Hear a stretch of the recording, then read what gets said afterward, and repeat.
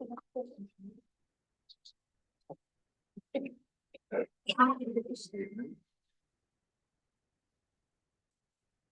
evening and welcome to the Monday, February 26th, Scarborough Board of Education Board Retreat. Diane, can we call attendance, please? Sure. Mrs. Gammon, She's gonna be late. Ms. Castellanos, Here. Mr. Kelleher, Here. Ms. Leong, Here. Mrs. Lindstrom, Here. Ms. Tarpinian, She's also going to be a few minutes late. and Mr. Penny Hook. Here. Perfect, thank you. Can everyone please join me for the Pledge of Allegiance?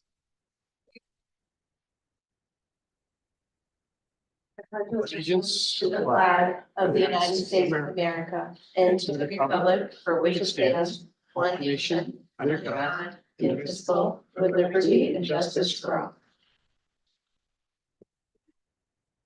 Thank you. All right, our first agenda item is parliamentary procedure training, and we have Steve Bailey here from MSMA, so I will turn it over to you. Well, thanks very much. Thanks for having me here for this particular purpose tonight. And I know some of you, I don't know all of you. And maybe, I think this side, although I do seem to remember from before, right? Yeah. Yes, okay. And John, right? Yep. And Jenna, okay, very good, thank you. Are there any newish members of the board? They're not here. Get here. Here and here, all right. Well, wonderful. Two things tonight in terms of, and talking with Shannon and Jeff in terms of thinking about tonight's program and information. And I did in terms of your packet, kind of set things up so we can talk a little bit about from the roles and responsibilities piece of things in terms of preparation for meetings, board making decision, authority making as well as responsibility. So I wanted to talk a little bit about that first, and then, parliamentary procedure as it relates to Board of Education and how that can affect you. Parliamentary procedure, basically, yes, Robert's Rules of Order, and I gave to Shannon a copy of a book that we also use as a reference by Jim Slaughter, Robert's Rules of Order. I won't talk about that a little bit from your point of view, because you do have within your policy the policy that indicates that you will follow or you do follow Robert's Rules of Order. So that is one thing to be able to have as your guide. In terms of parliamentary procedure and Robert's Rules, what I did do is I did provide some slides, and I just wanted to be able to talk through these a little bit from the standpoint of how it may benefit you in terms of your meetings and your meeting structure, your meeting decision-making, as well as provided toward the end of the time we have together, some other policies of interest that relate to kind of meeting organization, meeting routine and structure, as well as how that can all kind of work together. Really would like to operate, in a very informal manner tonight if we can. So if you do have questions, it's best if you have specific ones that we can, speak to generally in terms of the course of the conversation. Otherwise, I'll kind of hit the road running and stop me whenever you have a question or you think there's something else you want to talk about more that specifically applies to situations that you're looking at here. If that's good, then we're all set to go. Okay. So first off, I do want to start from the right-hand side of your packet a little bit in terms of some preparation for meetings, as well as board making decision authority, as well as responsibility. And again, this is being recorded, so others can view it afterwards. Is that right? Yes. Okay. So in terms of that, there are a few policies that I think are important to be able to both refer to and just remind folks that they are in your policy manual, and they are ones that are good guides, for each of you as you think about your role on the board. So I want to start with this first one, page number 1. You have authority only when acting as a board. Won't be bound in any way by any action or statement on the part of any single board member, except when a statement or action is in pursuance of specific instructions from the Board of Education. And so that's important to know because, I mean, you have to act together as a board, and it's your board votes that count when you are together as a full board. The next piece really, and this is something that you have, and I know from my prior work with you that the town charter plays a big role in how you operate as a board. There's some certain things in here that are specifically important. We have 7 members, each for 3 terms. And then there's another piece in here in terms of organization, qualifications and quorum. And this is interesting because you do have something that some other school districts do not have. And we'll talk about that near the end of that paragraph. But once you're sworn in, then you obviously have to do the FOAA, the Freedom of Access Act training. That has to happen every time you're elected. You're seated at the first Board of Education meeting after certification. The majority of the whole Board of Education shall be a quorum, and they shall elect their own town chair. Every vote of the board shall require the affirmative vote of at least 4 members. So, even if you have 5 members here, you've been operating such that you have to have 4 affirmative votes, right? So even if you have a quorum would be 5, or quorum would be 4. But to have any affirmative action, you have to have 4 positive votes. Is that right? Okay. That's not true necessarily in other places where they may have, 4 as a quorum, and they may be able to have a 3-to-1 vote. If they only have 4 of a 7-member board present. But so this is something that both in the charter as well as I believe it's in your policies as well, but this is something that does operate for you in terms of how you're structured as a Board of Education.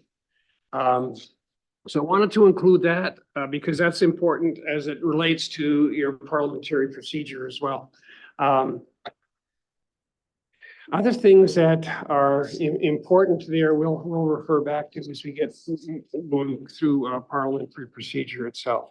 But the slides themselves, if we move over to the packet on the left-hand side, the packet behind the agenda. Purpose of parliamentary procedure really is really quite clear. And I would say that the more formal you are, the more you want to make sure that you're aware of and you're following parliamentary procedure. The less formal you are, the less, the more informal you might want to be or be able to be. But it's very important that you know what the structure of parliamentary procedure is so that you can use it as your guide to be able to walk your way through your meetings efficiently. You want to assure the rights of the majority of the school committee. Not only that, but the minority factions of your board, individual members, as well as members who aren't present, and also the public. Because you want to make sure that you're taking care of the rights of each of those different stakeholders who are part of your audience and part of your constituency here in Scarborough. It also helps you avoid ambiguity and also, keeps you out of court. If you're doing things the way you want to be doing them and the way you want to be following things. So we do have some common questions. What's a quorum and a majority? Well, we just talked about that here in Scarborough. It's 4 is a majority, but also 4 it constitutes what you need for an affirmative vote. Now, there may have been some questions. How do we treat abstentions? That is a common question. And I do want to refer you to 2 different parts of your handouts on the right-hand side. If you take a look at pages 10 and 11 of the packet on the right-hand side, you have policy BEDF, voting method in quorum. Voting shall originally be by show of hands. Voting shall be done by roll call at the discretion of the chair or the request of any board member. When voting by roll call, the names of the members shall be called alphabetically and each member shall respond yes, no, or abstain. All votes shall be recorded in the minutes. A motion shall be declared carried upon the affirmative vote of the majority of the members present unless otherwise required by law or board policy. And this would be your charter. A quorum exists when a majority of the board members are present in a duly called meeting. No vote should be taken unless a quorum exists. If you go to page 11, I couldn't find in your policy manual, policy on abstentions. And so what I did provide here is sample policy BEDFA from MSMA, which does speak to abstentions. An abstention is a non-expression and can't be considered a vote in favor of or against a motion. Each member of a public body has the duty to express a choice or preference by voting on the issues, but can legally abstain from doing so when there is a statutory or ethical conflict of interest. Not to vote is to abstain. Abstentions are intended for situations where a member may have a direct or indirect pecuniary interest in the matter being voted on. Pecuniary is financial. So it really does speak to, a financial conflict of interest here. It doesn't speak about other times when you just don't want to vote. This is really something that is identified as a responsibility of folks. You're a publicly elected person in acting in this position. And so there is, by policy, in terms of the sample one we have, an expectation that you will actually vote. So I don't know if there wants to be other questions about that or commentary about that or. So what you're saying then is the only time that a board member should be abstaining is if they have some kind of financial interest in the decision being made. That's the major one. There are other minor ones, and I would say, let's say you were not able to be at a meeting and so you weren't able to participate in it. So, the vote on the minutes comes up. Yep. And so, abstain, I wasn't at the meeting. I don't know whether, this was accurate or not. I haven't viewed the video, so I don't know, whether or not I can give a yay or nay on that. Yeah, but that's pretty much it. If you've got a potentially contentious issue, to not vote is really to, back off the situation and not demonstrate, how you feel on something. And you got folks that voted for you to be here to be able to take and make positions in terms of being able to say, okay, well, I'm in favor of this or not in favor of this. And really in terms of being able to discuss and have items on agendas where you have a conscientious amount of time, spent on those items. There should be able to be enough information provided to be informed, to be able to make a decision. And that's what, we really try to promote is having Board of Education members be informed, have the information necessary to be able to take positions, make particular votes on those specific issues. So that's where we, with our sample policy, would encourage there to be that type of expectation anyway, with regard to, voting and the dealing with abstentions. So if you prepare for a meeting and you come to the meeting intending to vote one way. Yeah. And something is said during discussion that causes you to pause perhaps and think through, what do you do as a board member?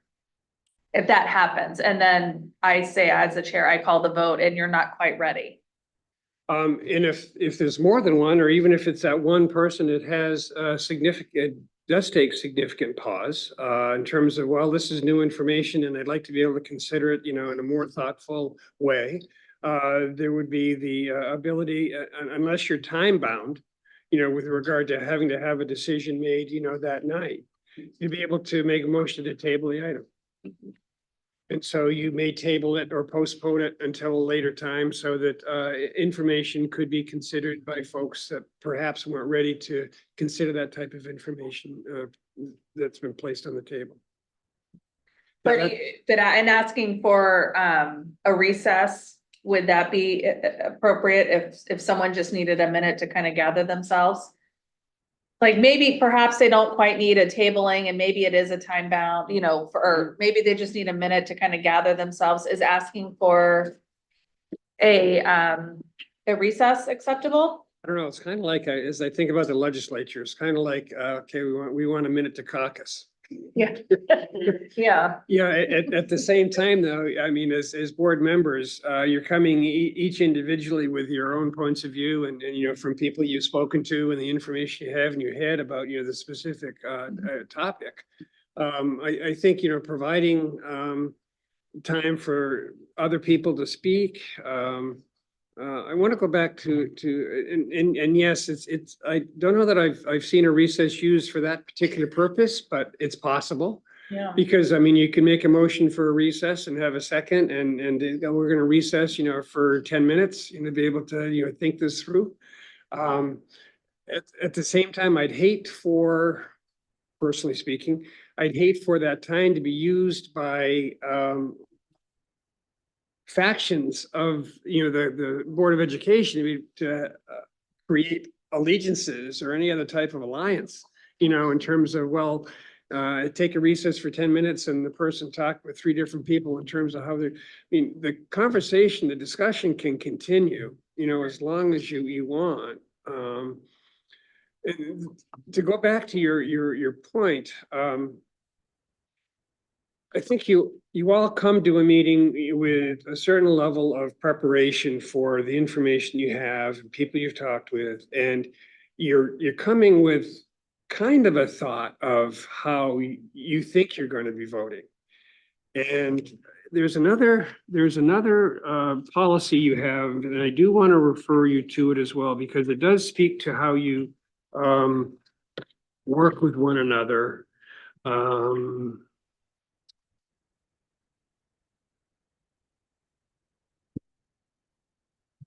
And it's not in your policy, but I do see it in other code of ethics. If you turn to page 17 in your right-hand handout, this is your board member code of ethics.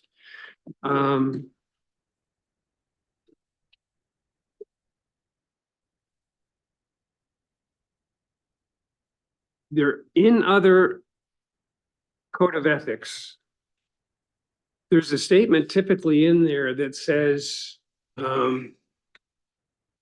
try to approach issues in meetings with an open mind.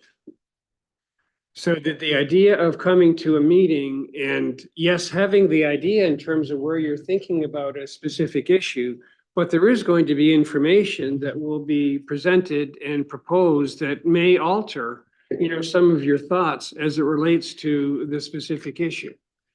And so having the ability to be able to both think on your feet as well as to be able to be flexible in what your thinking might be at the meeting is going to be important as you think about, you know, what's presented, you know, around the table.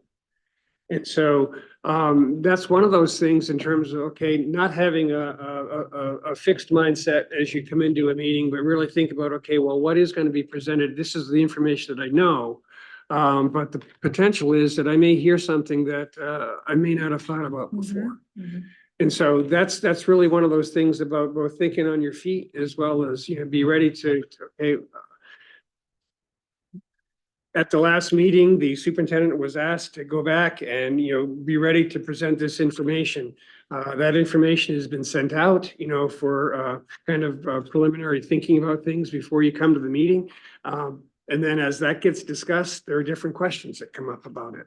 So if you're not ready to take the vote, then I think it's important to table. If you just need more time to discuss and talk about it, I encourage you to take that time to talk about it.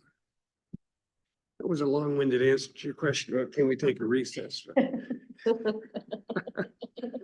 And Freyla, hi, Steve Bailey. Nice to meet you too.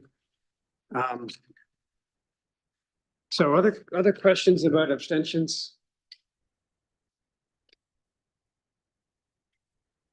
No? Okay. Okay. So there are certain levels of like I say, formality as well in terms of the types of questions you may have on page 2. If we go to page 3, and if you take a look at slide number 5 up at the top, common questions and motions. Who can make motions? Do you allow anybody to make motions? Any of your 7 school board members, school board of education members? Yeah, I typically make them, but yeah, anybody can. So the chair can make motions, and you do have the chair make motions, but other people make motions. Okay. Do you operate so that there is a second? Yes, and A first and a second, yeah. a first, yes, and we would recommend that. There is some parliamentary procedure societies that say, for board members less than 12, you don't need a second, but we recommend the second. Because it's best to have 2 people indicate if you want to talk about something as opposed to just one person putting something out on the floor. So I do recommend the second. Who can speak on motions? Do you have the person who made the motion speak first? Yes, if it's a motion, that how do I word this? If they're bringing a motion to the floor, yes. If it's something that's coming, like, for example, if agenda. it's like a calendar, we're looking at the calendar, the specific committee chair would speak to it, the motion applies to. And I'll ask one other question as well. This is more in terms of parliamentary procedure, but it's also meeting agenda and meeting management. Do you have the motion and then have the second and then have your discussion follow the motion in the second? Yes. Okay, you typically don't have discussion before a motion is made. We do not. Do not, okay, and I again support that and say, yes, that's the best practice to be able to do. Well, I should walk that back a second. Typically what happens, we have the agenda item. I would read the agenda item. Before we have the first and the second, that's when the description of it is given. So that's when the committee chair would speak. For example, a policy that we're voting on, the policy committee chair would speak to that. Mhm. Not just essentially outlining what the committee work was. And then we take the facts, yeah. So no questions, no commentary, just the facts. And then we take the motion and the second, and then we open the discussion, which is where people can ask questions or Mhm. provide their input. Yes. That sounds totally appropriate, and if it's working, keep doing it. Okay. No questions there. Okay. Same thing for amendments. Who can amend motions? Anybody. Anyone. Okay, and we would say, you've got your main motion, and then you've got your amendment. And then you could have an amendment on the amendment, but that's as far as I would have you go. If you need to have resolution of the amendments before you were going to amend it again, then do that first because you're gonna get too far into the weeds in terms of trying to figure out what is actually on the table to be voted on. Yeah, I think we've been there before. Yeah, we definitely have had that experience before. Getting more into that, too many too deep. Yes. They're freaking confused. Yes. Yeah, It's happened. yep. And there is even a motion to be able to, it's called the Gordian knot motion, but if you get too far into the weeds, you can have somebody make a Gordian, basically it's just to suspend the rules so that you can go back to the beginning and reset and just have a reset as opposed That's what I to. know. Yeah. And try Is to that called Gordian? Gordian knot, but it's also to suspend the rules so that you could be able to go back and reset, so that you could reframe it, from where you started. Well, we needed to know that. Yeah, we've had two instances where we've gotten, the first was on me, it was my mistake. I took an amendment to be a word change, and so I thought we were overriding the first motion. So that was my mistake, but the second one, I think we got too far down into the weeds, and I think we got to a point where some people weren't quite sure what we were voting on. Yes. So that ability to suspend and go back and start over, I think would be really helpful. So so if it was John, for example, John would just say, I make a motion to suspend the rules to start fresh, Reset. reset.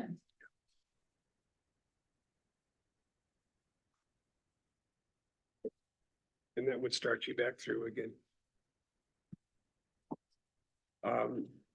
So again, the main motion and then an amendment. And then you can have an amendment of the amendment, but don't go any further than that. And then obviously the amendment takes precedence over the main motion because you have to resolve the amendment first before you get to the main motion. In the left-hand side of your packet, there are some other helpful documents. And it's timely in terms of what we're talking about right now.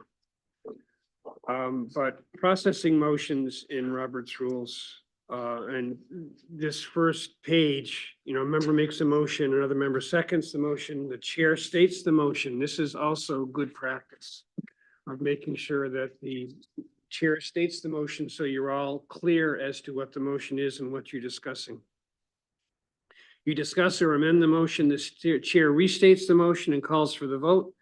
The members vote on the motion, the chair states the results of the vote, whether the motion passes or fails, and what happens as a result of the vote. So that's all, I think, pretty well laid out, and also helps for anybody who's listening in, as well as it's clear on your record, and it also helps in terms of anybody who's responsible for taking the minutes and making the minutes public afterwards. When a chair states the motion in step 3, that's the official text of the motion. So that's where you really want to be careful about the language used. Now, this goes to the next bullet on slide 5, who may withdraw motions. And now I'm going back to your handout I was just looking at. Once step 3 has occurred, which is when the chair states the motion then belongs to the whole group. A person can withdraw a motion before that, but once the chair has stated it, the person who made the motion has their same rights as anyone else in the group, no more nor less. But once the motion has been stated by the chair, the motion belongs to the whole group. And so then it either has to be acted upon, or it can't be withdrawn at that point in time. You have to take some action on it. You have to approve it, oppose it, or amend it. If you were to oppose it, so let's say the motion is just backwards. You say, nope, not going forward. Do you create another motion to try to keep this moving forward, or is it just dead in the water for the night? Can you tell me what, because I'm thinking the same thing, or I just want to be sure.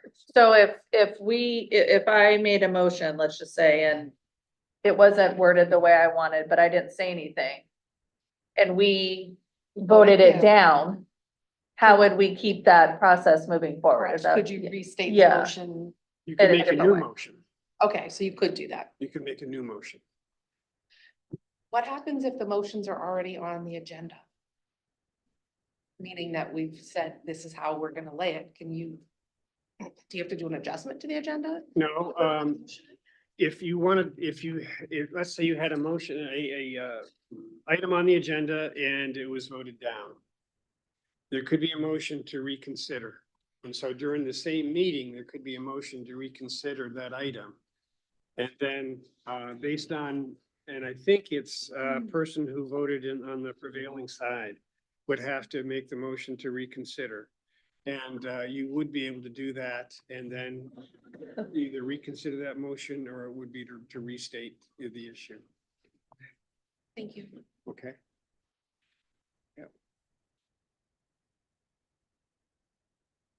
So if we had a motion on the agenda, I'm just trying to think of an example.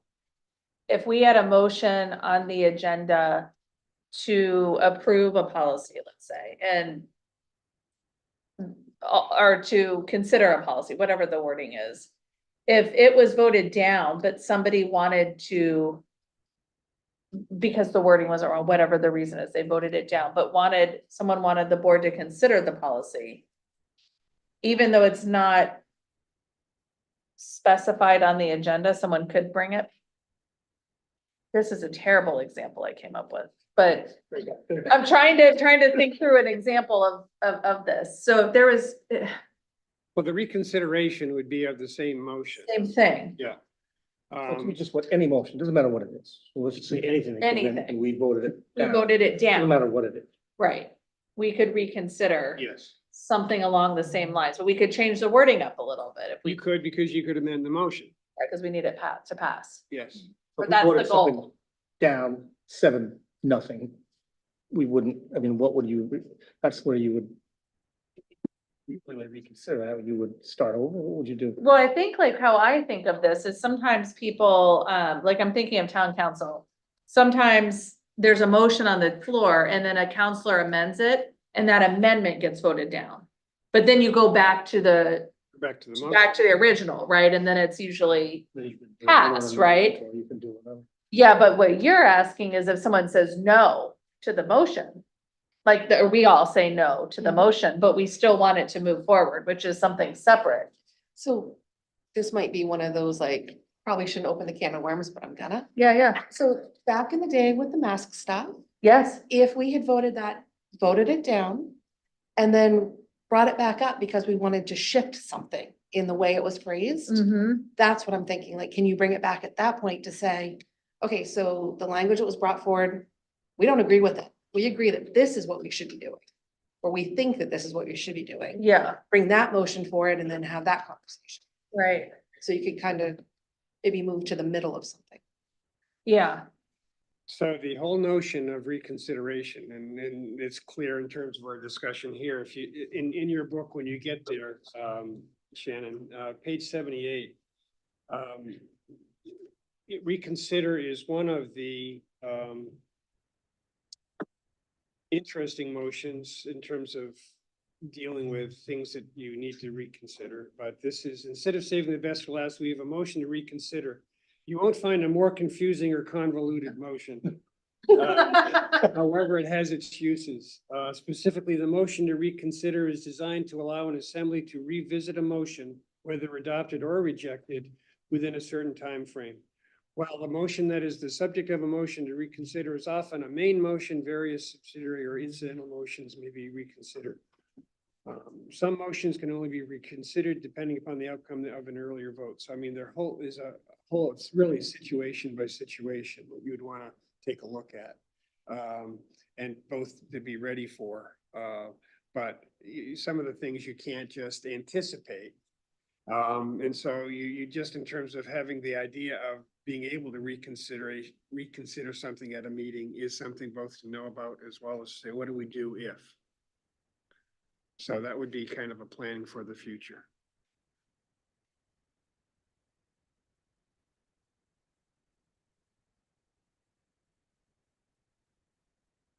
You know, we'll turn it over there. Oh, yeah, no, I'm going Yeah. right back to like, yeah, bringing back up that same situation.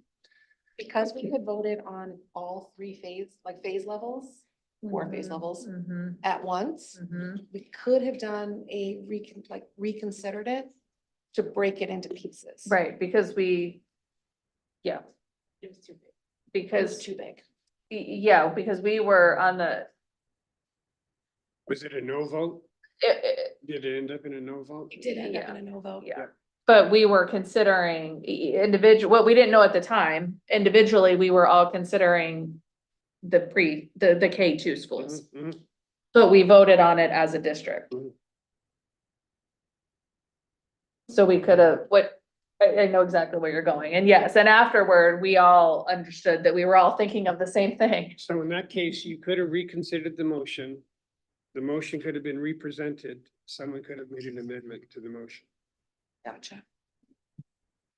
Only within that same. within that meeting, Okay. because reconsider is within the same meeting. So reconsider cannot be used after. No, that would be something to rescind. Okay. Cause that was another question we had. And something that you had approved or disapproved No, yeah, unless it has specific instances as it relates to someone who's been hired and already been offered the position, or a contract that's been entered into and money, paid, you can't get the money back. But to be able to rescind a decision that had been made at a previous meeting, that you could make a motion at a succeeding meeting to be able to rescind, an action that was approved or disapproved at a previous meeting. We So, have to put that on the agenda. Under the Yes. business. yes. Yeah. Well, you don't have to. If you don't, and there's not prior notice, then you need a 2/3 vote. If it's a rescind and and you've been notified of the information ahead of time, then I believe a majority vote is what you need for that. So when I ask if there's any adjustments to the agenda, in Freyla's example, that would be where a board member would say, I want to add a rescind. I want to add an item to rescind Up to prior action, prior action, and then 2/3 of would it be 2/3 or 4? 2/3. 2/3 would have Right. to, In your situation, it would have to be 4. yeah. But would Four. it be a majority to add it to the agenda and then 2/3 to carry the motion. If you have that step involved first, yes, so you did have, is it 2/3 to add it to the agenda? I'm asking you. Um, It needs a majority to add to the agenda. I and think it's a 2/3 to carry the majority. motion. yeah, I'm not even sure it's a full majority. I think it's just 3 people. To add a motion to the agenda. Much like adding is that if your 3 policy? people. Yeah, because it follows in the same with the special meetings, that if 3 members request a special meeting, it can be brought forward. You're looking at your policy, Shannon?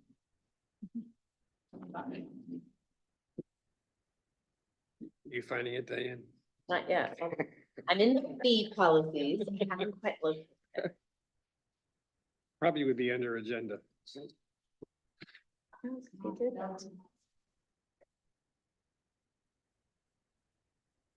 Okay, any board member who wishes to add an item to the agenda may offer a motion to that effect. Such a motion shall require a second to proceed to vote. The item should be within the scope of the board's duties, timely and appropriate for consideration under all applicable laws and board policies. All additions to the agenda must be approved by a majority vote of the members present and voting. So that's gonna be the 4. Which then goes back to if it takes 3 people to call the special meeting, that just seems silly. Yeah, we probably have to change that. Mm-hmm. Because then if I didn't get my way. I'm kidding. So you're that person? So it says, it says who may withdraw a Mhm. motion. So if you will withdraw a motion, would that work the same with an amendment? Would you be able to withdraw an amendment? Before before the amendment was stated.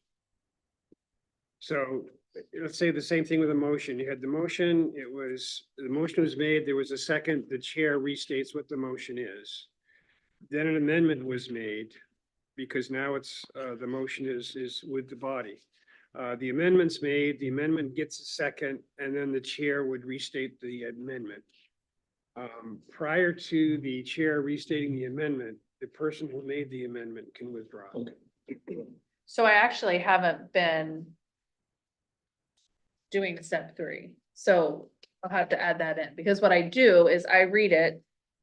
John typically is the first, so I read the motion. John typically, so move, says so moved, and then we have a second, which is Jenna or Jillian typically that second it. And then we just go right into discussion, so I've been skipping step 3, so. And if the motion is on the agenda, then it's really clear, but if the Yeah. motion's not on the agenda, then it's important, for the chair to be able to state what the motion is, so people are clear what you're discussing and then voting on. Okay, Okay.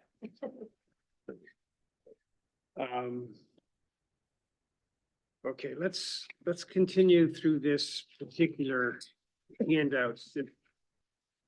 There's a chart of motions too, because in terms of most common motions, and it would be on the left-hand side, and it's the motions chart. You take look at the motions chart. Actually, it's gonna be back here. Right here. And about 2/3 of the way down the page, you'll see where it starts with the main motion. And this is something, if you look at that, you'll see how the numbers count up if you look in the rank column. So I think this is a real clear, you start with the main motion. And here are other motions that you can make as the motion gets worked through the meeting. You can postpone indefinitely. And let's go to the amendment one. Amendment and previous question may be applied to motions higher than this house. So the amendment, does it require a second? Yes. Is it debatable? Yes. Is it amendable? Yes. And the vote is by the majority. You might have a primary amendment, you have a secondary amendment. And that's as far as you go, as we talked about before. You then could have a motion to refer to committee. And that would be something that could be after the main motion. So you've got the main motion, you're talking about things, you've had the second, you're talking about it. You say, well, we're not sure we're ready to take action on this yet, and so you could make a motion to refer it to committee. And that would, if that were approved, then it would go to committee, and that's would be your next action on that particular item. You could postpone it to a certain time, you could limit or extend limits of debate, you could call the question. Call the question does require a second, but it's not debatable and it's not amendable. That requires 2/3. And if you go back one in terms of one step, limit or extend limits of debate, that's not debatable. It is amendable, but it requires 2/3. Everything else was majority. You could make a motion to table, as we talked about before. Table to the next meeting, table to a certain time in the future. It's not debatable, it's not amendable, it requires a majority. So I think this is a good chart, you know, to refer to as well as you're thinking about, okay, what is it that we're dealing with? What type of voting structure is needed for it?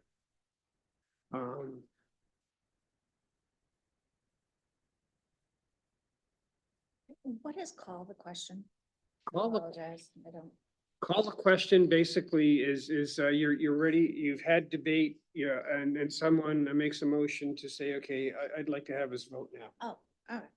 It basically closes debate. We've had to do that before. Yeah. When we just, I've gone on and on. Yeah. So this is another piece of Robert's rules. It takes its place in parliamentary procedure as well, but what Robert's rule would say is the chair, after they've stated the motion, so the person who made the motion can speak on the motion. And then what Robert's rules would say is that everyone would have a chance to speak once on the motion before someone speaks twice. And what that does is it tries to get everybody engaged in the conversation as well as lets other people know what you're thinking, you know, about the motion. So that's, I'm not sure that everybody does that, as I've watched, you know, boards interact, you know, across the state. But I think it is a good practice to try to promote, to be able to both get engagement as well as to be able to find out how people are thinking. And also so that one person doesn't dominate, you know, the airwaves in terms of trying to promote or influence, you know, the rest of the board. Roberts also would say that you limit the amount of times that people would speak to two. So that you have some level of meaning to be able to, you know, limit, you know, what the amount of debate is or the amount of conversation is. So if John is super talkative, can I cede him my talking time? No. Because John could talk as long as he wanted, but only twice. Well, you even can set some limits there. I mean, and people, some people say they limit it to 10 minutes. Other people might say limit it to 5 minutes or You 3 can talk about minutes. 10 minutes. That is gonna happen. But that is a practice that, in terms of being able to have the total body involved and engaged, allows for that to happen, as well as provides a kind of a rulemaking structure, to be able to say, this is why. Yeah. And I think that's super valuable. I know the night when we had, we were voting on the end. And, but it was really helpful to hear everybody's, Mhm. because I came in with my mindset one way. Mhm. And then I heard other people's thoughts. I'm like, oh, gave me something to Mhm. ponder. Yeah. So I think that's great. So there are three other incidental motions down below also that are important to know. Point of order, appeal, and request for information. And the request for information, these are all motions that two of them don't need seconds. The point of order and the request for information, and I'll go over the point of order first. If a board of education member is unclear about procedure or thinks a procedure has been violated, then the board member can just say, point of order, things stop right there. And then the chair may say, what order of the meeting do you think was out of order? And so the person would say, what they felt they were unclear about, and the chair would respond, or some correction would be made, and you'd be able to continue on the meeting. But essentially, it's a way of members of the board just being able to make sure that procedurally, the meeting is being conducted the way you'd expect it to be. So it's not a bad thing. It's just a matter of, okay, it's a check thing. It's kind of a check and process when you're going through the meeting. So, someone would just say, point of order, and you'd identify, what the situation was, and then be able to continue on, throughout the meeting. If that makes sense. Okay. The request for information is basically just that, the person requesting information. And again, it can be an interruption. And it just happens that at that point in time, the chair responds and provides the information. It's not debatable, it's not amendable. So you just ask, the question, have a request for information. And so you'd go that route and be able to continue. The appeal is a little bit different in that the appeal really is a questioning the decision of the chair. And doesn't happen very often, but essentially if the chair is operating such that a member of the board says,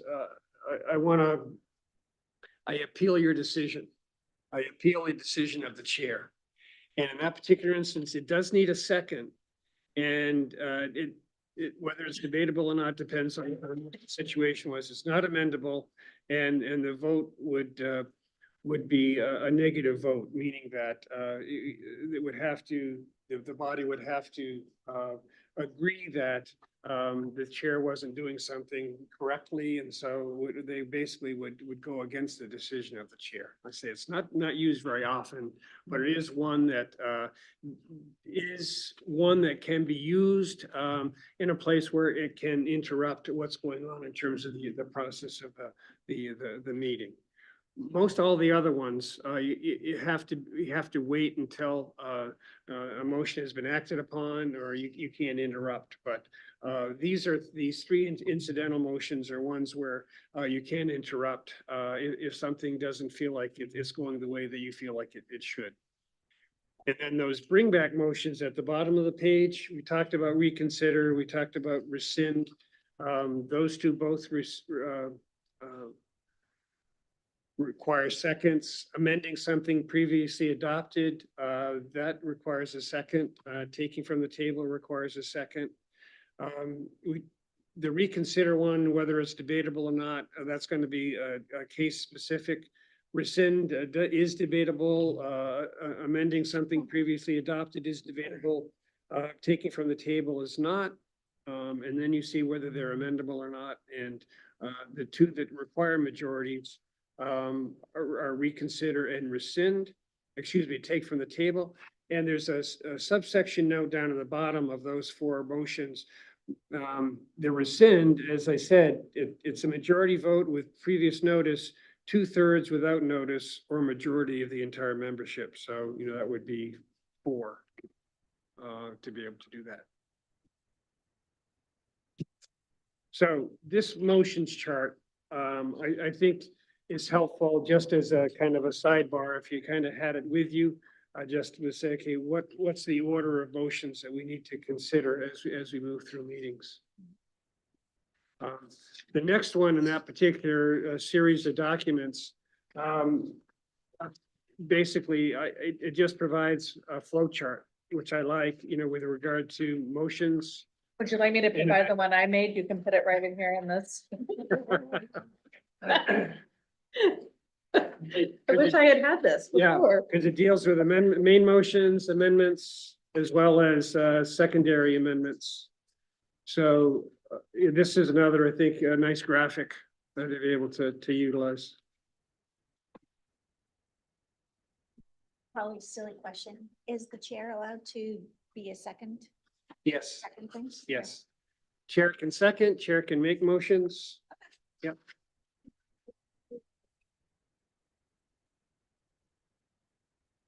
And on the chart, when there's and I think that this flow chart shows when there's an amendment, the main motion is amended, you return to that main motion as amended, you vote again. Mhm. But on things like the, referring to committee, for example, those we don't, because we're referring it out, we don't have to go back and Correct. vote. Because it really wasn't an amendment. I'll just make a request, this is for you, Cheryl. Sound like I'm trying to give you extra stuff, but you know how you send out like a folder with all the documents that we need? Can you just add these in there for every Oh, time we go yeah. in for the meeting? That way we need a quick reference. to click on. Yes, oh, that's a great. That's a great idea. idea. We can even put it in our board docs, right? Like in the reference section? Oh, that would be, yeah, that's great. Yeah. Yeah, just so that way, every time we have a meeting and we need a quick reference, it's already in the file. Yeah, that's that perfect. we have. Yeah. It's a folder. Yeah, because you had to go in during that one and find the. I don't know flow what I chart. did, but I was like scrambling Mhm. deep into the drive. You gotta find the flow chart. Yeah. That's a but great we have idea. Just one available at all times, so Yeah, just get there quickly. yeah, that's a great idea. So to go back to a conversation we had earlier tonight, your meetings are typically on Monday? Thursday. Typically on Thursdays. When does your board packet information go out? Mondays. Mondays of the same week of the meeting? Okay. All right. He's thinking. I am thinking. Monday to Thursday. I might not read it Monday.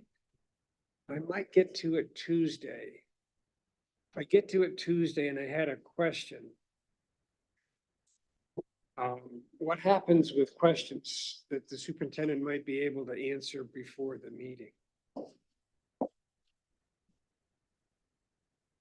And this is pause for thought for the future, but it's only my idea rather than yours, but What's your recommendation? well.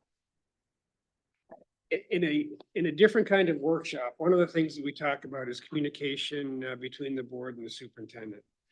And one of the top part of that communication agreement really speaks about, okay, what are the expectations of the board in terms of being able to receive information in a timely way to be ready for your meetings?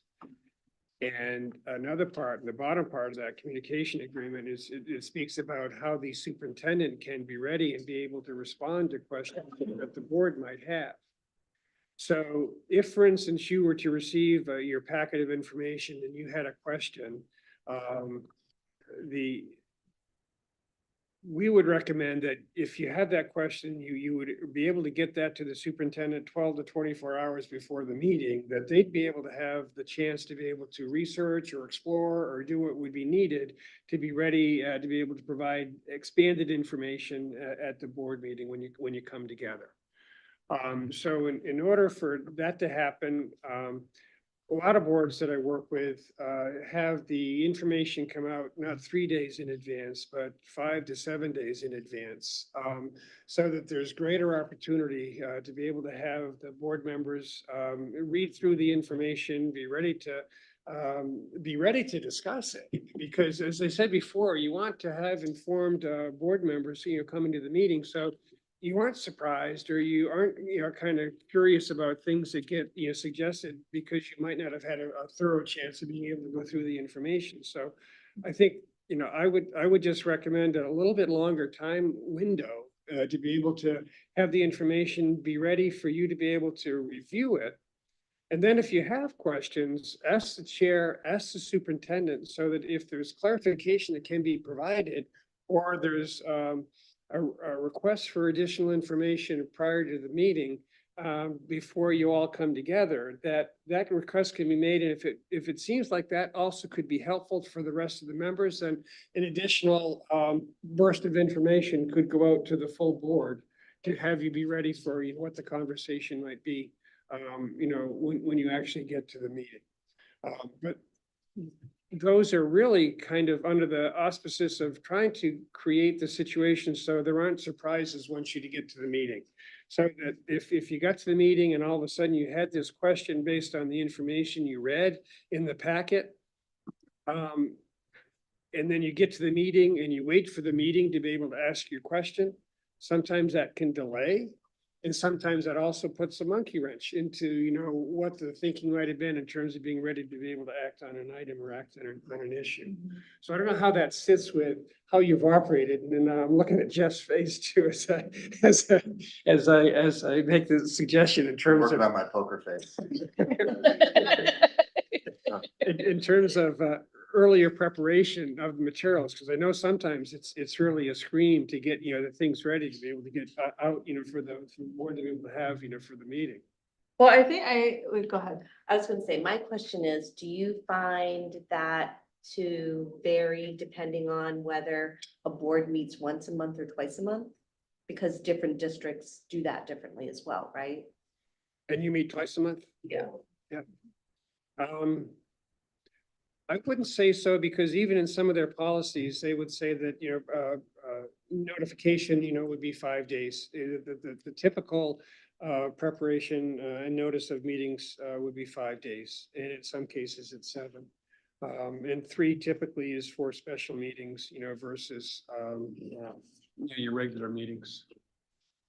Well, Cheryl and I had actually been communicating about getting the agendas out a little bit earlier. And then some of the stuff like policies, we've been trying to get out well in advance, so that, because we're actually running through all of our Yeah. policies. So there might be meetings where there's 3 or 4 policies for the board members to read. And so asking that in a 3-day window isn't, we recognize, I think that that's not feasible, right? Or rational. So we are trying to push all of that out early. So I don't think it's unreasonable to say materials can be ready by Friday. Mhm. I don't think that's unreasonable at all. Nope. And that would give everybody the weekend. I would love to. Yes. Yeah. In my mind, it really helps with the, you've got I use this in a extremely respectable term. You've got an awesome responsibility in terms of being, Board of Education, directors. And in order to do that, you need to have time to be able to be ready to have, your meaningful, thoughtful conversations when you actually get to in the boardroom, because that's where the conversations want to be ready and had. And that's that's the only time you can do official business, is when you're together, in the boardroom.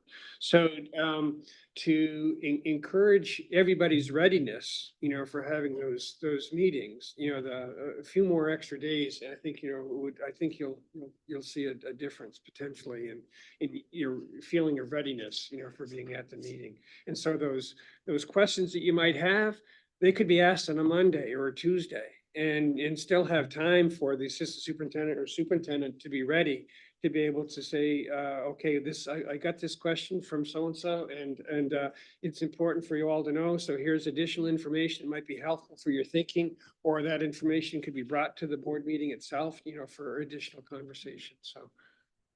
So, sorry. did No, I no, go interrupt you? ahead. No. I'm just thinking, so what questions are important to others?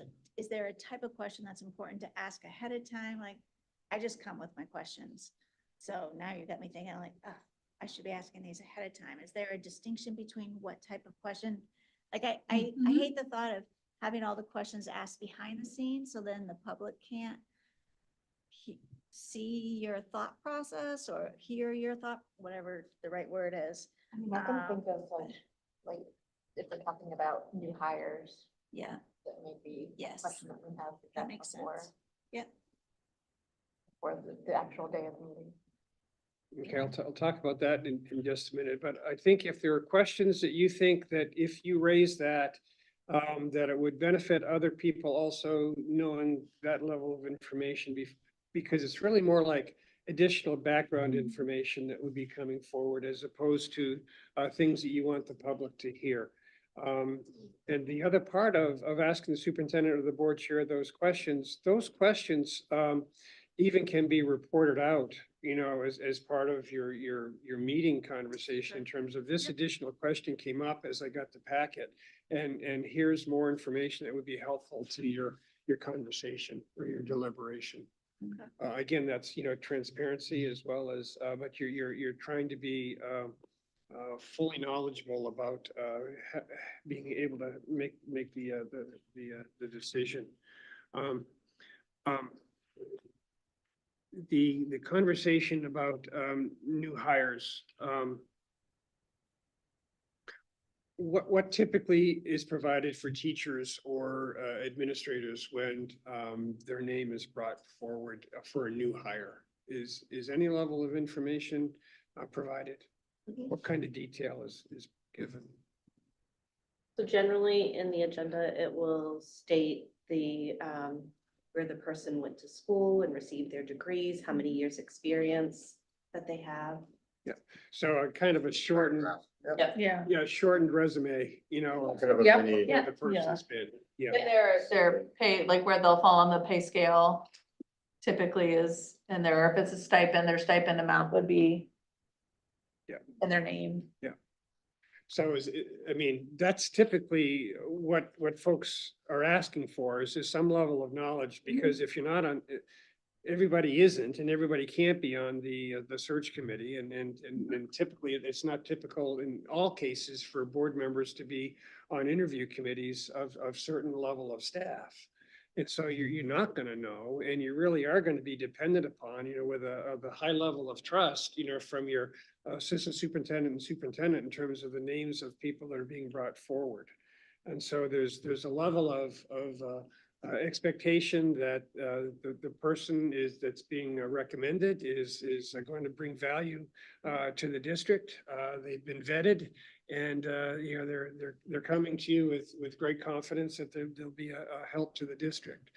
With that kind of information that you're provided, underneath. If there's ever a conversation or a decision that you have question about, and this is another situation in terms of another question that can be asked of the superintendent, if there is a list of personnel that you see on an agenda, and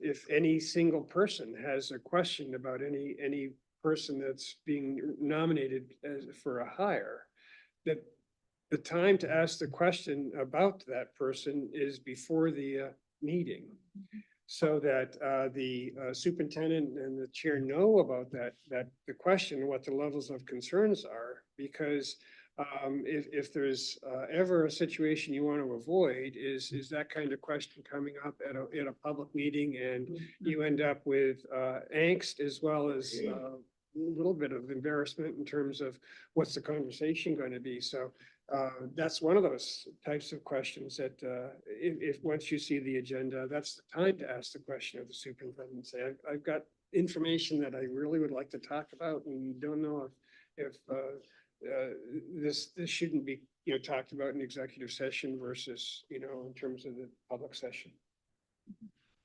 If that makes sense. Yeah, so those questions definitely. Yeah. advance. Now, if Carolyn or anyone had a question and they wrote to Jeff and myself with their question in advance, is it appropriate for that board member to also copy everyone else on the board? Not the board member, you and the superintendent would then either do one of two things. One, indicate a response back to the full board. This additional question came from Carolyn, and I wanted you to know about it before we get to the meeting. Okay. Don't respond. Yes. Don't respond. That conversation a Yeah. lot with. Yeah.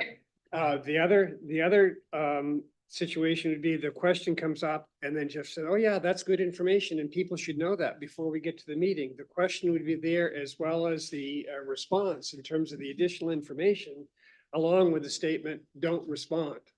Right. Because you don't want to get yourself into, communicating via email and using email to substitute for your regular meeting. Right, and the same rule would apply if someone had a question about an employee or potential hire? Yeah, yes. No, in that particular instance, well, the one statement that could be made by the superintendent, this is a revised list of personnel that will be considered within the public session, and then there may be an executive session, on personnel down below. And so there may be a revised agenda that comes forward as a result of that. Okay, but if someone had a question about a prior to the board meeting question for Jeff about a potential hire. Jeff or I could send that question and the response to the full board with a note, don't respond. Well, I would keep personnel out of email. Okay, And even in terms of the question, all you would say is your question would be, I have a question about one of the members or one of the nominations listed on the agenda with no names.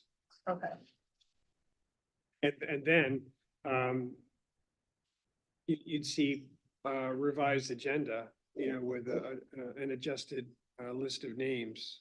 And that name would be not included within the original list. Because assumingly the superintendent would be calling that. Yes. board member, Yes, saying, let's have a conversation. that's right. And then the adjusted agenda would have the consideration action go to executive session for the discussion of personnel pursuant to 4056A.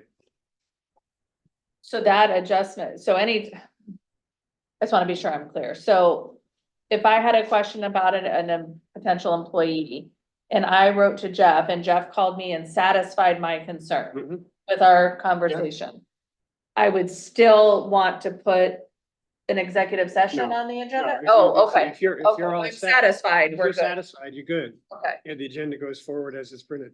But the rest of the board doesn't need to be privy to my concerns? No. Okay, got it. I think I got it. Okay. We're kind of mixing both policy as well as parliamentary procedure, but that's okay. Everybody good? All right. You good? Okay. All right, where were we? We did most common motions. Oh, I know.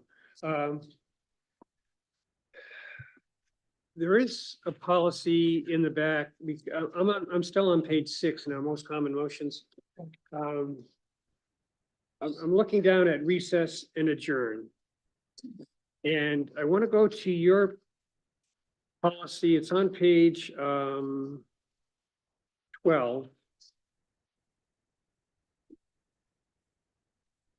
It spills over onto 13, but then I also want to just bring notice to the MSMA sample, which starts on page 14. It's 3 pages long. and I'm talking about this, while I'm talking about recess. Because there have been times when, school boards in the last 3 years anyway, have wanted to or needed to, make a motion to recess. Potentially during, a public comment period that got a little out of hand. And so I don't believe, it may say it. It doesn't say necessarily that you can recess, but it does say in your policy, page 13, the chair has the authority to stop any presentation that violates the guidelines of the privacy rights of others. But there is other policies that other school systems have, also indicate that the chair may call a recess, either to restore order or to, provide, the stop of any disruption that may be occurring. So that's one thing that can be included, within the policy. The other reason why I wanted to bring this particular policy up is, the changes that were suggested in the, MSMA, policy, as of October of 2023. So they're fairly recent. Number one is a name change. And we decided to, title it public comment at school board meetings versus public participation at school board meetings. One is that the law refers to it as public comment. And that's a time where, members of the public can either ask questions and or make comments at board meetings. The nuance of comment versus participation is that it's different than it might be at a selectmen's meeting or a town council meeting. Where the anticipation or the expectation is that I'm going to ask a question as a member of the public and I expect a response, from the board chair or members of the board. Where that typically is not, the case, within a Board of Education meeting or a school board meeting. Really, it's the opportunity for folks to provide comment, yes, be engaged, and not necessarily have the expectation that a explanation will be provided at that meeting. There may be more time needed, to be able to review what the question is, or to be able to research, what the extent of the comment was. And so there really is the anticipation that it's a comment period as opposed to, active participation, back and forth. And this is true in Maine, Massachusetts, wherever. That's what the expectation is. The other thing on page 15 of the sample policy, some folks have said, well, can we restrict public comment to members of our school community or residents of Scarborough in this case? And by law, that's not allowed. Because it says in the law, public may comment on education and school matters. It doesn't define public. And so public can be in-state, out-of-state, resident, non-resident. However, some school committees also have wanted to hear from, say, people who are within their school community first. And so they may use a sign up. Or they may ask for, who's in the audience, who wishes to speak and who's a resident, and ask them to be able to speak first. So that you have the opportunity to hear from the taxpayers and the folks who are, most, immediately invested in what's going on within your school community. So there's an option 1 here and an option 2 on page 15, if you'd want to consider it.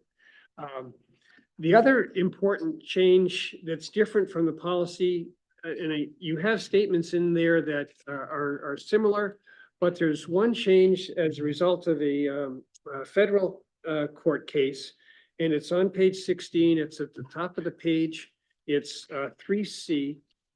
It's discussion of personnel matters is not permitted during the public comment period due to the privacy, confidentiality, and due process rights of school unit employees. That's similar to yours where you say, personnel matters or complaints concerning student or staff issues will not be considered in a public meeting, but will be referred to their established policies and procedures. Our paragraph goes on to say, for purposes of this policy, discussion of a personnel matter means any discussion of job performance or conduct of a school unit employee, including complaints or positive/complimentary comments about them. The change here is the positive or complimentary comments about them. And where this has come up, it was in a court case, I think it was a Fifth Circuit, that spoke about comments at a public comment period need to be viewpoint neutral regarding staff. So on the one hand, you can't say negative things about them. You can't disparage staff, anybody by name, any of the school employees, including the superintendent. But related to that, you also then can't, on the flip side, allow complimentary or positive comments about somebody. Now, We couldn't do our spotlight award? you can do spotlight award because that's not happening during public comment period. You Okay. can include those within your agenda as you set them, as a chair report or, part of a superintendent's report or even a separate agenda item. But those are actions of the board. And so, yes, you want to highlight, the things that are positive happening, that are Yes. going Okay. on, within the district. But those are three things as I just made a quick review and I was thinking about this policy as it related to recess. And not the kind where you go out and enjoy yourself in the snow. But, the interruption of a meeting, but those are things that I just thought you might want to consider as you thought about your policy review process. The other piece about this is adjourn is a motion. And although you can also have a meeting be adjourned without a motion, because you could do the chair could say without objection, I declare the meeting adjourned at 7:55. If there's no other business to come before, if you've done all your business, then, the chair can say, without objection, I declare the meeting adjourned at 7:52. And do I need a second for that? No. Because that's not a motion, it's just the chair declaring the meeting closed. But if there is a motion to adjourn, you do need a second to adjourn the meeting. And following that, the chair has to declare the meeting adjourned. Just like restating the motion, that's one of the things that closes the meeting, the chair would declare the meeting adjourned. If I said this without objection, I declare the meeting adjourned at X time and someone did object, they would say, Yes, and then we would take a vote. yes.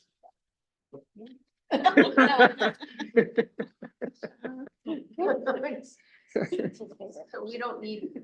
However, I Not guess. to vote on it. No, Unless he objects to the declaration. yeah, know. but she might. Which she might, however, I was just gonna say, if all the business has been taken care of and you've already gone past adjustments to the agenda.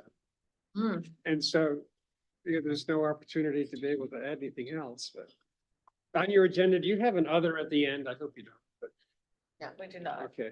And do you allow Board of Education members to speak about anything they wish to at the end of meetings?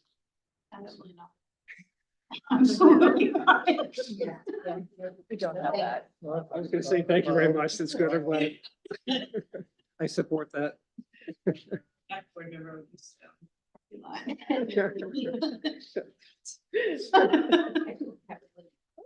Different ways to take that.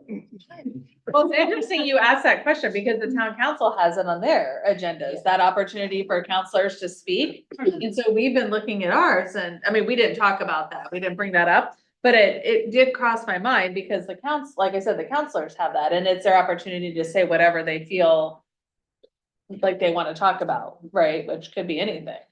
Some boards do have, instead of that, they have thoughts for additional items for a future agenda. Hmm. Where that thought could be raised or brought up, so that the opportunity would be there and it wouldn't be voted on. I mean, it would just be, listed as a possible item for a future agenda. But, and then that agenda gets set by the superintendent and the board chair, so it's not automatic that that item, even though it was raised at a prior meeting, that it gets, listed on the agenda for the next time, but I mean, that's how some boards do. The difference, To make our meetings longer. and this goes back to the difference, I think, between your meetings and the city council would be, or the town council, is that, your agendas are planned to do your specific business of the board. And it's your time when you get together twice a month. And so, you want to be intentional, with what it is that you're doing, as well be efficient and effective in terms of how you're doing it. So one thing I do think the additional 2 or 3 days notice, would help in terms of, are we clear on what we're going to be talking about at the meeting on Thursday?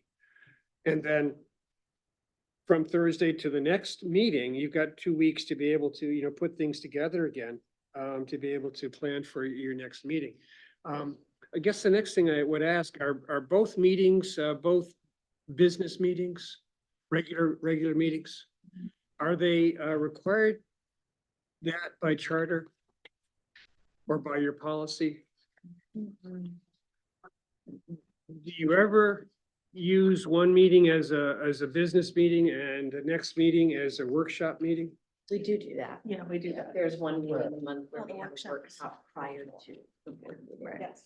But not as part of the board Not- meeting? No, not in lieu of, it's, Because I do know that there are some boards that are moving in that direction where if they have 2 a month, that one meeting might be the business meeting. And the second meeting may be a workshop meeting on certain things, certain topics, curriculum or say buildings. It's okay. Yeah, okay. Or other topics. And then if you have items that you need to include, you could have a special meeting before the workshop so that you could deal with the special meeting items if you chose to do it that particular way. But 2 business meetings, it's 2 weeks apart. How long are your meetings? The one with the workshop will be shorter, that's why we have the workshop. I think, Mm-hmm. so. There are less items because we've already covered them. Yep, right, I don't have. yeah. I don't have 2 hours. So 2 hours is, Tops. yeah, okay. yeah. It's usually an hour. Depends on what's going on with the. So, sorry, I'm curious, Carolyn. With workshops, are they typically like, our workshops are more just to inform you of certain things going on? Not necessarily, they're not prepping you for something that's gonna happen at a board meeting. Are there typically ones where, is that typical? I guess is my question. Well, I think workshops can be varied in nature and scope. I think sometimes workshops can be used, to be able to provide information to prepare for another upcoming meeting. It may be about a curriculum adoption. It might be about certain changes in policies, that Okay. might be warranted or needed. I've seen, there are folks that were quite interested in looking at policy ACAAA. And so they did have some workshops on those policies as opposed to, just a business meeting, your regular meeting. The workshops, there's still the intent for you to be able to provide time for board members to talk amongst yourselves and to do the work of the board. Workshops also, though, provide, it's a full meeting of the board, so there still should be a public comment period at a workshop meeting. And I have seen some boards who have limited the public comment to the item on the agenda for the workshop, as opposed to, anything and everything, for that.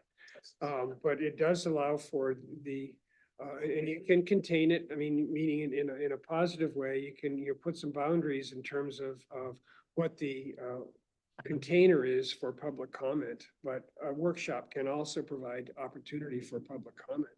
I mean, your budget presentations are an example of that as well.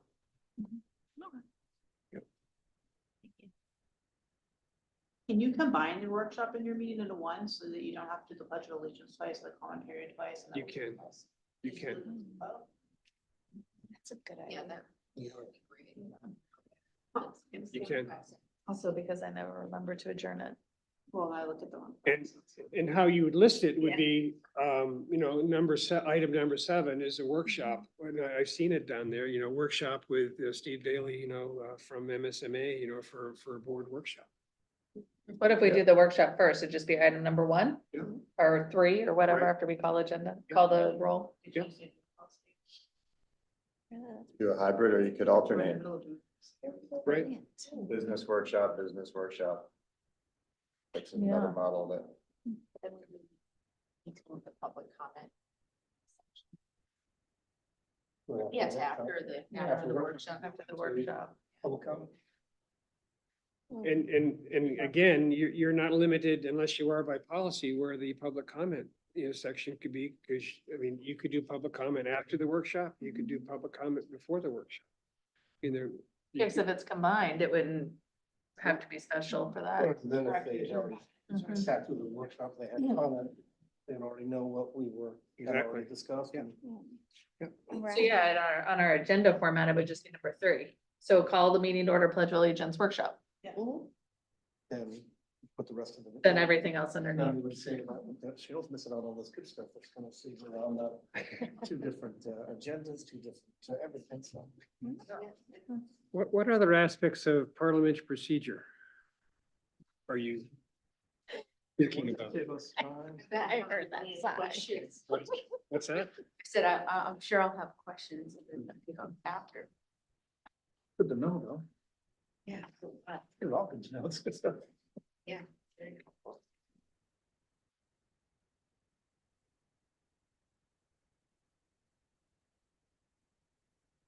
The slides in the big packet, I mean, there really is more information there, but it's really some of that you can look to afterwards.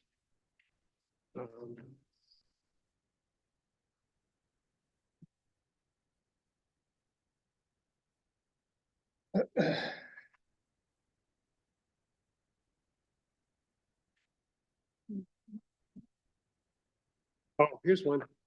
This is part of parliamentary trivia. So you got 5 members of the Board of Education who are here. Shannon can't make it, and who's your vice chair? Rayla.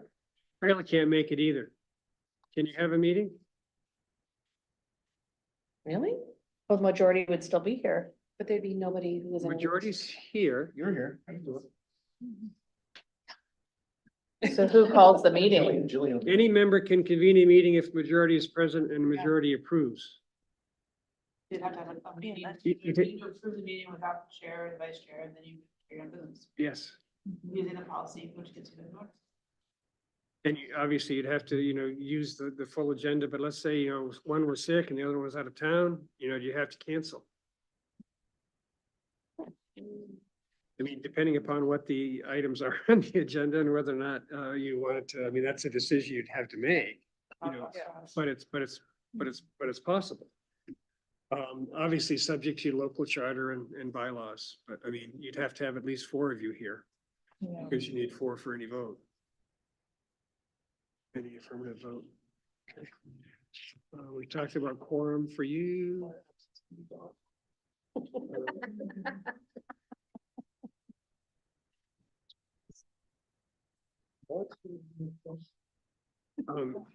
There's on page 11, and it's slide 22, Jeff and Shannon, I put here, and I don't know how you operate for this, but once the agenda is set and published, becomes a property of the body and should only be changed by agreement of the board.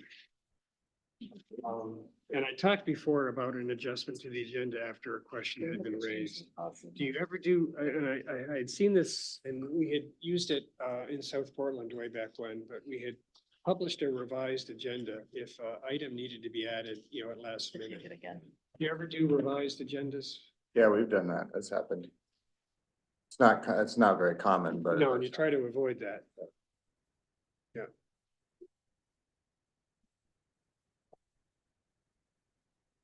So if we do have a need for a revision, we should just wait till the meeting. No, if you know about it ahead of time and you can get information out to folks so that they know there's a revision, you should publicize it the same way you did your initial agenda. As soon as you know about it, as soon as you can get it out. Yeah, I've seen people that have. The revised agenda is not known sometimes until people get to the meeting and then they're annoyed that, this new item is suddenly on the agenda. And other people might have come had they known that, there's more information going to be talked about at the meeting. Right. Yes.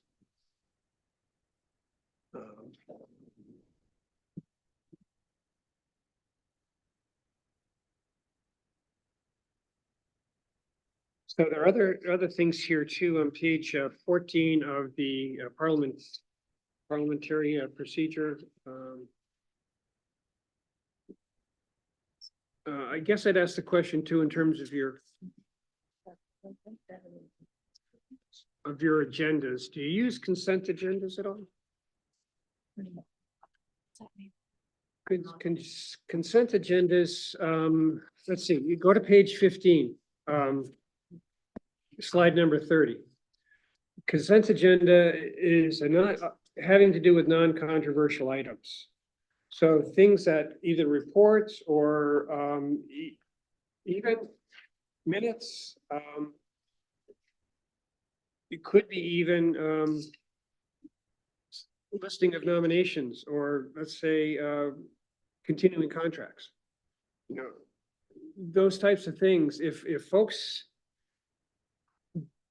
if the superintendent and board chair don't think there's going to be questions about them, they could be included in one item and be a consent agenda, list all the items together and then basically vote on the block of items instead of having to take, 6 different motions. I'd say it's something we've tried a couple of times, but it never got passed. I wish we would do it. And well, it's possible. I mean, you might have 7 items and if there's one that a person has a question about, that one gets pulled. But the rest of them stay with the consent agenda. And so with one vote, you can take care of those 6 items. Without question, that item that somebody questioned comes down and becomes an adjusted item on the agenda and just gets dealt with separately as a single item on the agenda. So that would just be for like nominations or whatever, so we don't need to vote on each individual person, Right. but it wouldn't work for if we had 6 policies on it. We want to have individual votes for each. Yes, and basically, I mean, the question here, the description here is non-controversial items. And so, I mean, if the superintendent or board chair says, well, so-and-so may have a question about this, it's better to list it separately. But if these other things, typically, let's say it's a report of the committees and they're just reports. There's no other actions going to be taken. I mean, there's no discussion that's going to happen on the reports. I mean, those all could be included, within that consent agenda time. Again, it's a time saver, it's a efficiency. What's that? Yeah. I was totally on board until you said no discussion, because with committee reports, we do allow people to ask questions and talk. Well, So how would that work? Well, it depends on the intent of the committee reports. We don't approve them, but we allow people to talk about it. Yeah, but Ask that would be questions. part of the consent. No, this agenda. wouldn't be Consent part of that. agenda would Yeah. be motions, would be Yeah. approved motions. We're gonna do those things anyway, this one. Yeah. But this is adding, like, Yeah, let's say Frayla has a policy that the state says you have to do this. And 15 policy. You don't want to hear each of them individually. I'm intending. But, well, and if it says we have to do, we're doing it because we have to, we're adding it in. Nothing we can do about it. Toss that in there like that.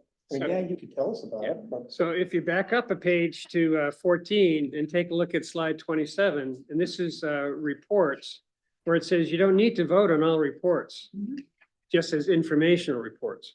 Other reports should lead to a motion, and that's what we're just talking about. Okay. And then again, it's not unfinished business. I mean, it is unfinished business. It's not old business. Can we call it continuing business? Sure. Because that's what we just called it in our new policy. There you go. I saw that, I was like, oops. So there's another thing you also can use, and the chair can sense this. This is on page 16 and it's slide number 31.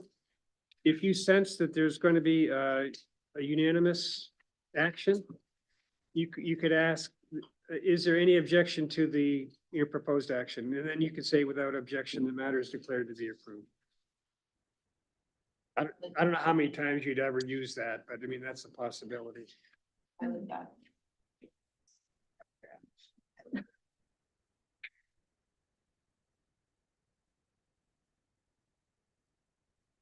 You could do it like if you're going into executive session. True. Yeah.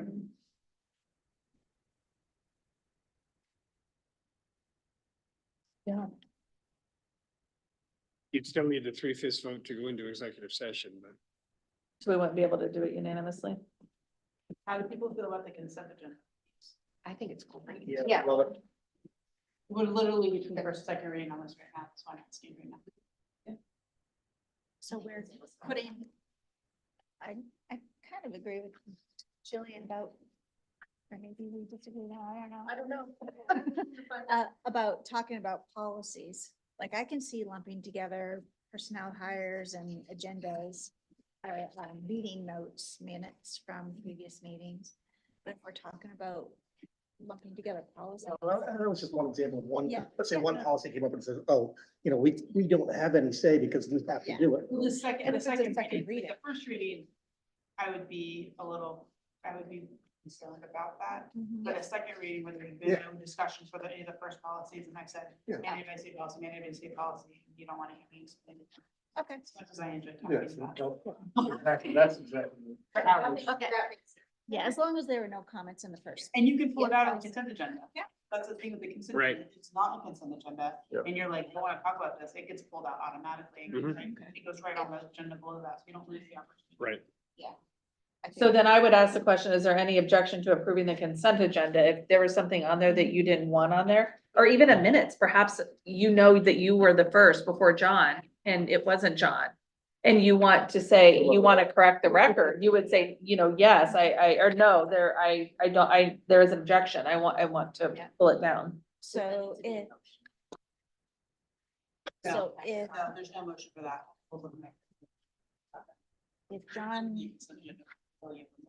if John made a comment and it caused a change between first and second reading,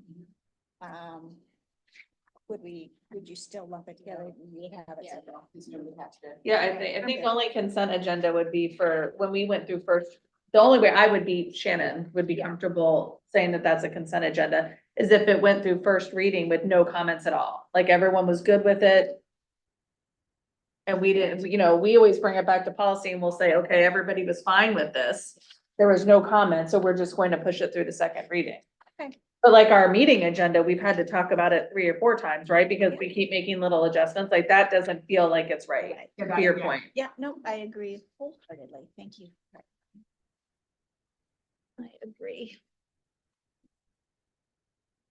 Anything else you saw or anything else you have questions? I have a question about when we put out agendas, should we be putting out all the supporting documents with the agendas to the public also? That's generally considered best practice. Anything that's confidential. Now, there may be some things where the superintendent may want to preserve as information that he will present to you and want to have the opportunity to explain it, before the opportunity for you to read it. I mean, that's probably rare, but there may be some situations where that may happen, and part of that may be the budget. I mean, you think about, budget presentation. Sometimes that gets, shared with everybody, at the meeting, so the presentation happens along with the delivery of the documents. Yeah, because usually we don't supply our slide deck ahead of time. But other supporting materials like our draft policies, Mhm. our hires, all of that is included on the website, but not our slide deck. And the slide deck you use for what? Just our presentation, yeah. That would be, Committee student reports, yeah, Jeff's report, my report, they go up after the meeting. Yeah. But we don't typically, so are you saying we should, No, that would be okay I to think not that's fine. include? Okay. Can I ask you a question about public comment? Mhm. So we're doing something different with our agenda this year.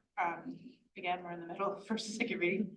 And what we ended up landing on is having a general public comment at the beginning, like normal. And then after that, having a public comment period at the beginning of each of the continuing or new business motions on that topic specifically. Mhm. Just because that's more in line with how town council does it. And I think last year, especially with the building, there were a couple meetings that got a little messy because people didn't know when to talk. Mhm. Is that something you've seen before? Is that something that Yes. you feel like is more problematic or? It's not problematic. I've seen it before. I've seen some boards that would do public comment before. And sometimes they declare that as items on the agenda, so they would use that time. However, that gets messy because it doesn't allow for the people to be able to have public comment at the time you're talking about it. Exactly. And so the public comment on agenda items, during the item that's being discussed, I think is totally appropriate. I mean, it does make for a little longer meeting, but I think it makes it more germane to, what's being considered and discussed. And then some boards at the end of the meeting, they would have public comment, general topics. So, but the way you're describing it, to have one at the beginning, that might be general topics, and then other ones, items on the agenda as the item comes up is totally appropriate. And I think also would provide some opportunity for investment as well as engagement of members of the public. Great.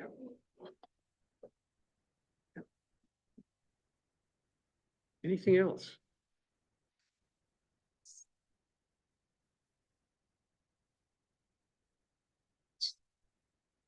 Order of 6. Helpful? Yes. Yes.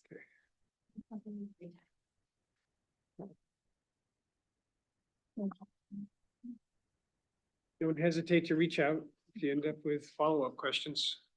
I'm sure we didn't cover everything tonight.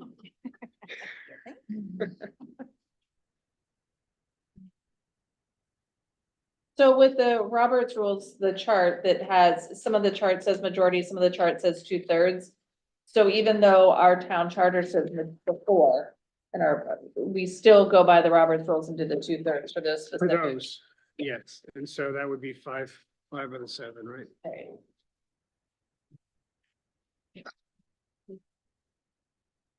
Or whoever's, if you had 6 people present, it would be 4 to 6, Yeah. but you need the 4 anyway, so. Right.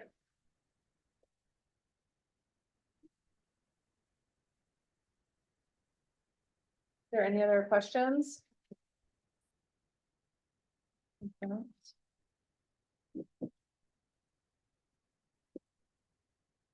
Okay, All right. Thank you so much. you're welcome, and apparently I'll be seeing you again soon. Yes, we will see you soon.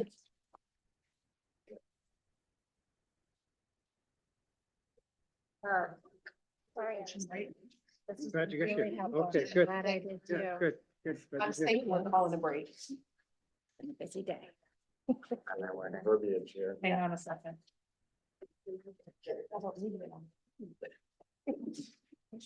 Huh? Hold on, I'm looking for my verbiage to break. It'll take me just a moment.